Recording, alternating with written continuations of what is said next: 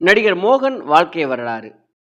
இவரை கோகிலா மோகன், வெள்ளி விழா நாயகன், மைக்கு மோகன்னு பல பெயர்கள்ல அழைப்பாங்க. இந்த ஒவ்வொரு பெயருக்கு பின்னாடியும் சுவாரஸ்யமான விஷயங்கள் இருக்கிறது. அவை என்னங்கிற விஷயங்களையும், ஹோட்டல் நடத்தி கொண்டிருந்த மோகனை அங்க சாப்பிட போன ஒரு சினிமாக்காரர், அழகா இருக்காரே, இவரை சினிமாவில் அறிமுகப்படுத்தலாம் அப்படின்னு அறிமுகப்படுத்த, சினிமா பற்றி எதுவுமே தெரியாத இந்த திரைத்துறையில் நுழைந்த மோகன் ஒரு 25 ஆண்டு காலம் எல்லா பெரிய முன்னணி நடிகர்களையும் கதற விட்டிருக்கிறார். நடித்த படமெல்லாம் சூப்பர் ஹிட் படங்களாக மாறி இருக்கிறது. அந்த வரலாறுகளையும், தமிழில் இவர் அறிமுகமானது உலகநாயகன் கமல்ஹாசன் நடித்த ஒரு படத்தில் துணை வேடத்தில்.